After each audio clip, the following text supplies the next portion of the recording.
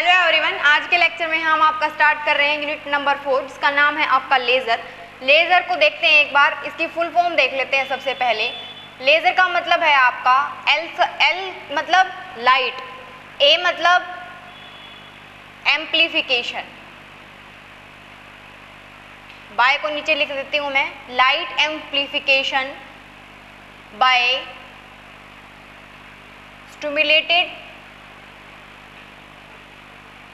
Emission of radiation. अब यहाँ पर एक एक वर्ड को हम अच्छे से समझेंगे बिकॉज इसकी डेफिनेशन में ही यानी कि फुल फॉर्म में ही बहुत कुछ दे रखा है कि कैसे काम करता है आपका लेज़र। वैसे लेज़र वर्ड से आप ऑलरेडी फैमिलियर हैं कि हम कौन सी लेज़र की बात कर रहे हैं। सबसे पहले तो हम ये बात कर रहे हैं कि जो लेज़र है कौन से फिनोमिना पे या फिर कैसे काम करता है वो बाद में डिस्कस करेंगे। सबसे पहले नीड क्या है इसकी, जिसको हम इसी नेक्स्ट यूनिट में ही इसका एक टॉपिक आएगा जिसमें लिख रखा है एप्लीकेशन।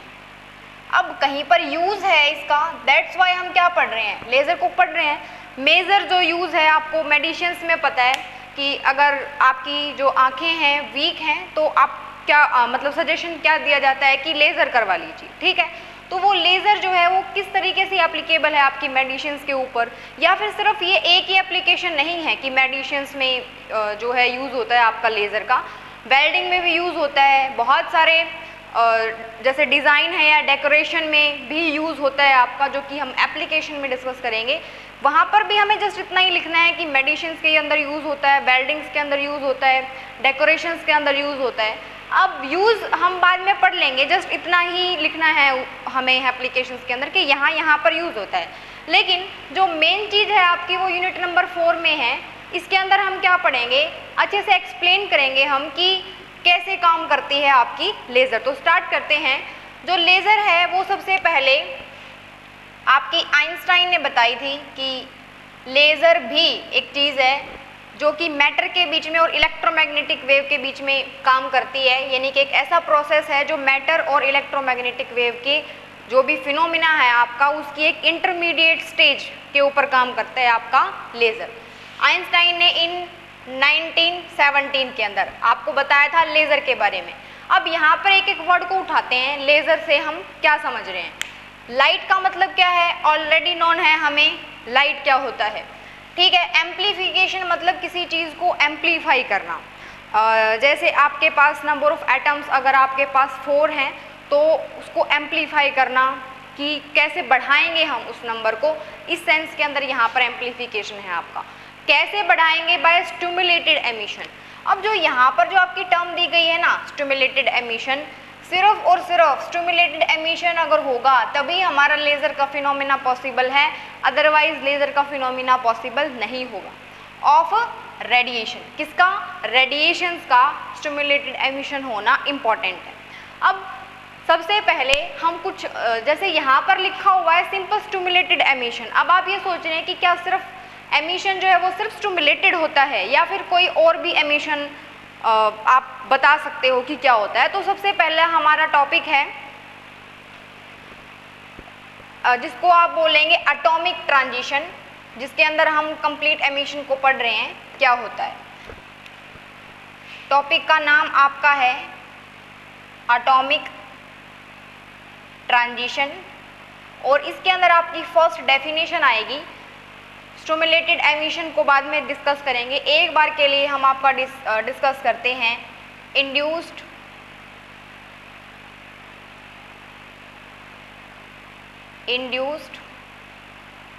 एब्जॉर्प्शन। क्योंकि एमिशन का आपको पता है क्या होता है कि एमिशन मतलब किसी भी फोटोन का एमिट होना। अगर हम 12th लेवल तक की बात करें तो ये आप यही समझ रहे हैं कि आपको क्या करना होता है, एमिट करना होता है कोई भी इलेक्ट्रॉन जब आप फोटोन डाल रहे होते हैं। तो ये आप 12th लेवल पे एमिशन पढ़ रहे हैं। अब एमिशन से यहाँ पर हमारा क्या मतलब है, आपको बहुत सारी लेवल्स पता होते हैं, जैसे रदरफोर्ड मॉडल पढ़ते हैं या फिर बोर मॉडल जब पढ़ते हैं, यहाँ पर आपकी suppose n1 equal to state है, यहाँ पर आपकी n इक्वल टू 2 स्टेट है। जब भी आपका एटम जो है हायर स्टेट से लोअर स्टेट के ऊपर आता है तो वहाँ पर उस फिनोमिना को हम क्या बोलते हैं, एमिशन बोलते हैं। ठीक है, लेकिन सबसे पहले हम डिस्कस कर रहे हैं कि इंड्यूस्ड एब्जॉर्प्शन क्या होता है, या फिर इसको हम एक और नाम देते हैं, दैट इज स्टिमुलेटेड एब्जॉर्प्शन। ध्यान रहे ये एमिशन नहीं है, सबसे पहले हम एब्जॉर्प्शन डिस्कस कर रहे हैं। स्टिमुलेटेड, इसके पीछे यही लगेगा आपका एब्जॉर्प्शन। अब इंड्यूस्ड एब्जॉर्प्शन या स्टिमुलेटेड के अंदर क्या होता है, आपका एटम जो है सपोज ग्राउंड स्टेट के ऊपर है, ठीक है, ग्राउंड स्टेट पे है, जिसको हम बोल रहे हैं कि ये जो है वो आपकी ई स्टेट है। ये आपका हायर लेवल बना दिया, जिसको मैंने बोल दिया कि ये ई डैश स्टेट है। इसको इन एक्चुअली हम इसको ग्राउंड स्टेट बोल सकते हैं, इसको फर्स्ट एक्साइटेड स्टेट बोलते हैं नॉर्मली। अब हम क्या कहना चाह रहे हैं इंड्यूस्ड एब्जॉर्प्शन से, कि आपका एटम सपोज यहाँ पर है, ये आपकी इनिशियल स्टेट है, और इनिशियल स्टेट में ये आपकी बिफोर स्टिमुलेशन लिख सकते हो आप, बिफोर स्टिमुलेशन। अब क्या है, ये जो एटम है जो आपको ग्राउंड स्टेट के अंदर दिखाई दे रहा है, ये इसी स्टेट के अंदर रहेगा जब तक आप क्या नहीं करेंगे, बाहर से कोई एक्सटर्नल एजेंसी देके इसको क्या नहीं कर देते, ऊपर एक्साइटेड स्टेट में नहीं पहुंचा देते हो। ठीक है, इसीलिए इसके आगे नाम के आगे क्या लिखा हुआ है, इंड्यूस। इसका मतलब है कि आपको कुछ ना कुछ बाहर से एक्सटर्नल एजेंसी अप्लाई करना ही करना पड़ेगा, अदरवाइज ये जो एटम है वो आपका ग्राउंड स्टेट के अंदर ही रहेगा। ठीक है, तो अब्जॉर्प्शन क्यों बोला, इंड्यूस्ड आपको पता चल गया कि क्यों बोल रहा है वो, कि जब तक आप यहाँ पर कोई भी फोटोन डाल के या फिर एक्सटर्नल एजेंसी कोई भी हो सकती है, वो डाल के अगर आप इसको एक्साइटेड स्टेट के अंदर जब तक नहीं पहुँचा देते हो, तो हम इसको क्या बोल रहे हैं, दैट्स वाई हम इसको इंड्यूस्ड बोल रहे हैं। अब यहाँ पर मान लो एच म्यू फोटोन है जो कि आपने इस एटम के ऊपर डाला। अब ये एच म्यू एनर्जी को लेके कहाँ चला जाएगा, ऊपर चला जाएगा, यानी कि जो इक्विवेलेंस स्टेट है इसकी आफ्टर स्टिमुलेशन क्या बनेगी, जो भी आपका एटम है वो ऊपर चला जाएगा ई डैश स्टेट के अंदर। अब ये जो एटम है वो ग्राउंड स्टेट से ई डैश स्टेट में कैसे गया, फोटोन के अप्लाई करने के बाद, यानी कि जब आपने फोटोन इसके ऊपर डाला है उसके बाद गया है, इसलिए हमने इसको क्या बोल दिया, इंड्यूस्ड एब्जॉर्प्शन। एब्जॉर्प्शन क्यों, क्योंकि इसने एच म्यू की एनर्जी को क्या किया है, अब्जॉर्ब किया है, उसके बाद वो ऊपर वाली स्टेट के ऊपर गया है। ओके, अब इसके बाद जो आपकी टर्म है वो है आपकी स्पॉन्टेनियस एमिशन, क्योंकि यहाँ पर लिखा हुआ है स्टिमुलेटेड, तो हम देखना चाह रहे हैं कि क्या एमिशन किसी और टाइप का भी होता है। तो सेकंड है आपका स्पॉन्टेनियस एमिशन। अब जो एब्जॉर्प्शन था वो इतना ही था भाई आपका, ठीक है, क्योंकि एब्जॉर्प्शन पढ़ना भी जरूरी है। क्यों जरूरी है, क्योंकि स्टिमुलेटेड एमिशन तो बाद का प्रोसेस है, सबसे पहले आपको क्या करना होगा, ये कंडीशन को एक्वायर करवाने के लिए आपको एब्जॉर्प्शन की भी ज़रूरत पड़ेगी, दैट्स वाई हमने इसको पढ़ लिया। उसके बाद है आपका स्पॉन्टेनियस एमिशन क्या होता है। अब ध्यान से देखें, स्पॉन्टेनियस है यहाँ पर, यानी कि लगातार प्रोसेस है ये, और इसको हम यहाँ पर इसके स्लैश में एक डेफिनेशन या फिर वैसे नाम दे सकते हैं कि ये कुछ समय के बाद अपने आप ही एमिट कर देगा एटम को हायर स्टेट से लोअर स्टेट में। कैसे, अब जैसे आपने सपोज किया कि एटम जो है वो आपका ऑलरेडी किसके अंदर है, हायर स्टेट के अंदर है, जिसको आपने नाम दिया है ई डैश। अब क्या होगा, ये जो एटम है यहाँ पर कितने टाइम तक रह सकता है, 10⁻⁻8 सेकेंड। ये क्या होती हैं भाई, जो एक्साइटेड स्टेट्स होती हैं, यानी कि जो आपकी हायर स्टेट्स होती हैं, उनका एक टाइम पीरियड होता है, उसके बाद क्या करती हैं वो जो एटम्स हैं वो ग्राउंड स्टेट के ऊपर वापस आ जाती हैं। अब जैसे ही आपका 10⁻टाइम सेकेंड हो जाएगा -8 सेकेंड, ये अपने आप, हमें कुछ भी करने की ज़रूरत नहीं है। यहाँ पर हमने कहीं पर भी स्टिमुलेटेड या इंड्यूस्ड वर्ड नहीं लिखा है, ये है ना प्रोसेस क्या है, स्पॉन्टेनियस है, अपने आप ही हो जाएगा लगातार। तो क्या होगा, ये जो है एटम यहाँ पर पहुँच जाएगा, कब, स्पॉन्टेनियस एमिशन। इसलिए हम इसको क्या बोल रहे हैं, लिखेंगे कैसे हम इसको, when the atom is in initially is in higher state then after 10⁻⁻8 second atoms reaches the ground state. Okay, तो क्या होगा, अपने आप वो ग्राउंड स्टेट के ऊपर पहुंच जाएगा. ये इसको हम बोलते हैं स्पॉन्टेनियस एमिशन. अब यहाँ पर आपके दिमाग में क्वेश्चन आएगा, वो क्वेश्चन क्या होगा कि अगर 10⁻⁸ सेकेंड के बाद जब वो खुद ही ग्राउंड स्टेट के ऊपर आ रहा है तो हमें क्या ज़रूरत है, स्टिमुलेटेड एमिशन करवाने की. ठीक है, तो यहाँ पर नेक्स्ट है आपका स्टिमुलेटेड एमिशन. अब इसके अंदर आपका जो डाउट है वो क्लियर हो जाएगा कि हम ऐसा क्यों बोल रहे हैं. स्टिमुलेटेड एमिशन का मतलब क्या है, इसके अंदर भी क्या होगा, अभी फ़र्क जो है वो समझते चलना आप. और यहाँ से जब ये एमिट होगा तो यहाँ से ये hν एनर्जी को रिलीज भी करेगा. ठीक है, स्टिमुलेटेड एमिशन के अंदर क्या होगा, यहाँ पर भी आपका जो एटम है वो ऑलरेडी आपका हायर स्टेट में है. अब लेकिन इसमें और इसमें क्या फ़र्क है, यहाँ पर 10⁻⁻8 होने का वेट नहीं करना है हमें. अब हम क्या करना चाहते हैं, हम इसको पहले ही, यानी कि पहले का मतलब क्या है, अपने आप से तो ये कब जाएगा, 10⁻⁻8 सेकेंड के बाद.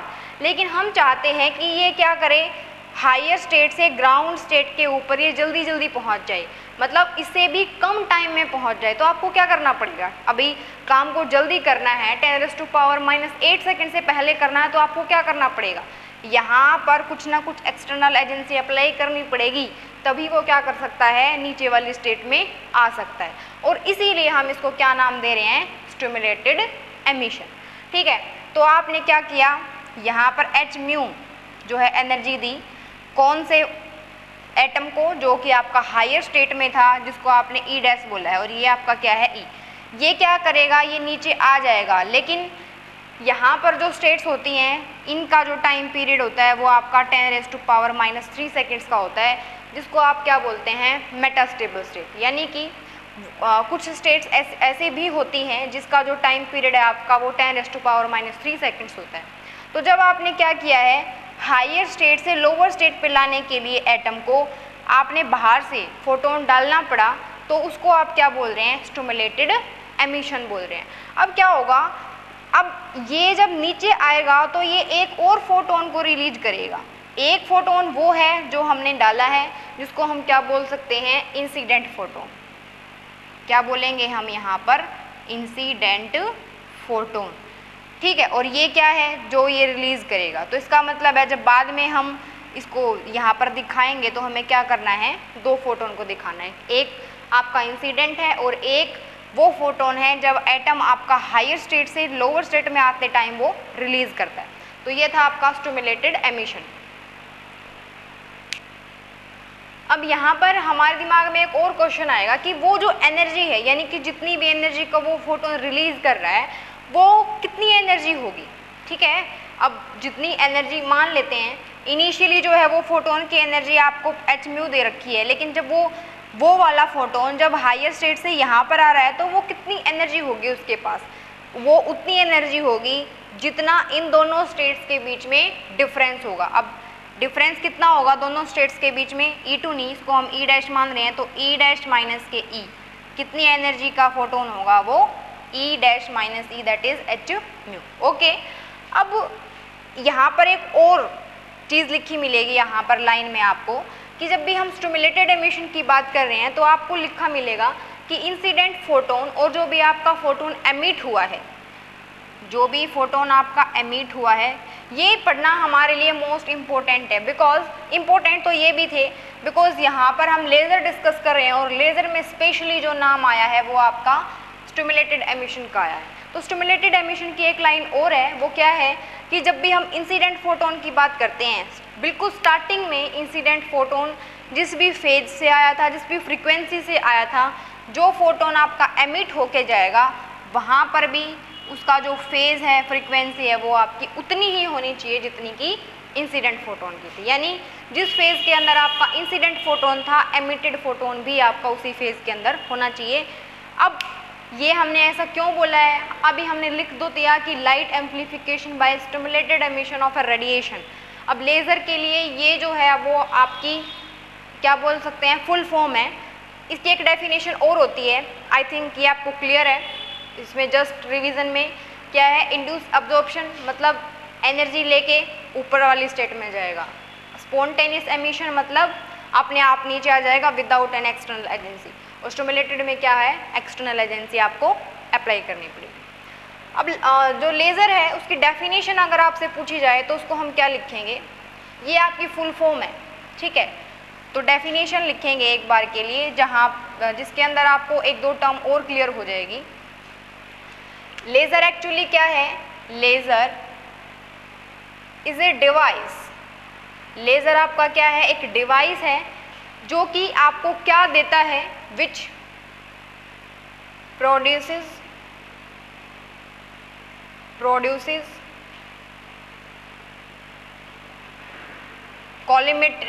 collimated beam of light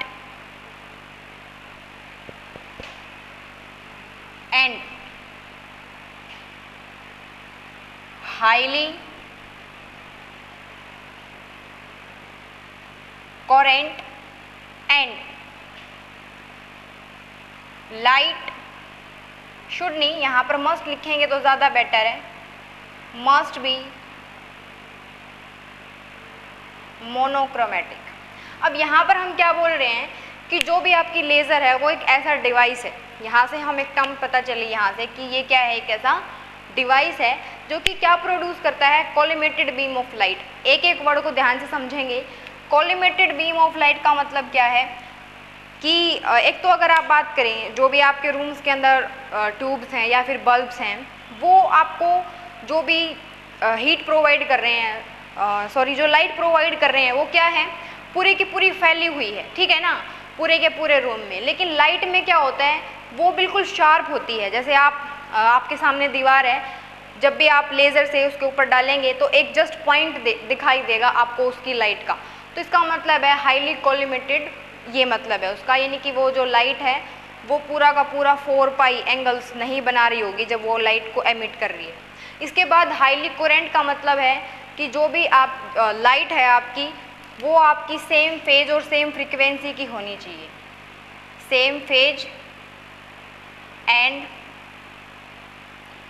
same frequency की होनी चाहिए।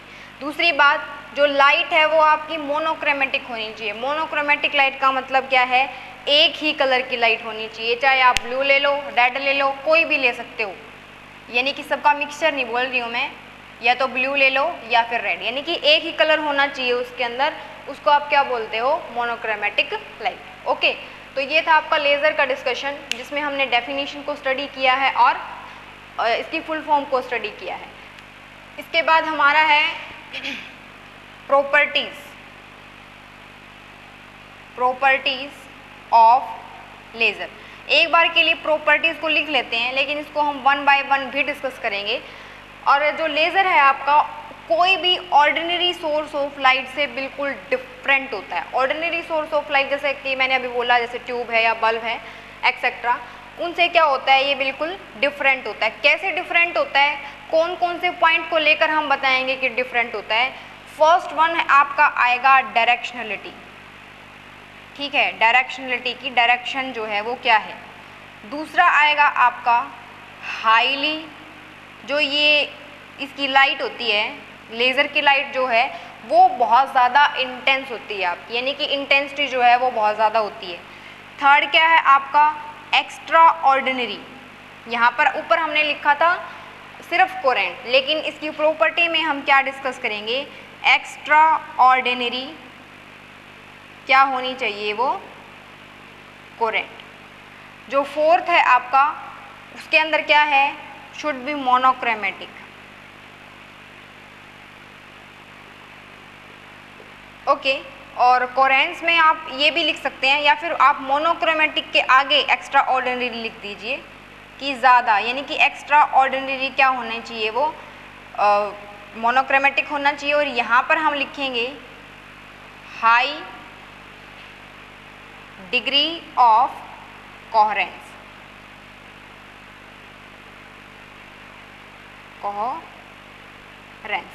ठीक है। तो ये आपका डिस्कशन था, जिसको हम 1 बाय 1 डिस्कस करेंगे। एक बार के लिए छोटा सा डिस्कशन, डायरेक्शनलिटी में हम डायरेक्शन बताएंगे, जैसे कि अभी मैंने बोला कि जब भी हम बल्ब की या फिर किसी भी ऑर्डिनरी सोर्स ऑफ लाइट की बात करते हैं तो उसके जो है वो डायरेक्शंस जो है वो हर तरफ होती है, लेकिन जब भी बात लेज़र की करेंगे तो जस्ट एक पॉइंट के ऊपर ही होती है। हाईली इंटेंस, बहुत ज़्यादा इंटेंस होती है, जो इंटेंसिटी है वो बहुत ज़्यादा होगी इसकी। इंटेंसिटी वर्ड से आई थिंक आप फैमिलियर होंगे। ओके, उसके बाद हाईली कोरेंट यानी कि same phase, same frequency, same angle में होना चाहिए। तीसरी बात हाईली मोनोक्रोमेटिक, मतलब एक ही कलर की लाइट होगी आपकी लेज़र के अंदर। ठीक है, तो ये था आपका लेज़र का छोटा सा डिस्कशन। नेक्स्ट लेक्चर में हम बहुत ही इम्पोर्टेंट टॉपिक डिस्कस करेंगे जिसमें हम इसके मेन कंपोनेंट और प्रिंसिपल को डिस्कस करेंगे। ओके, आज के लिए इतना ही। Thank you.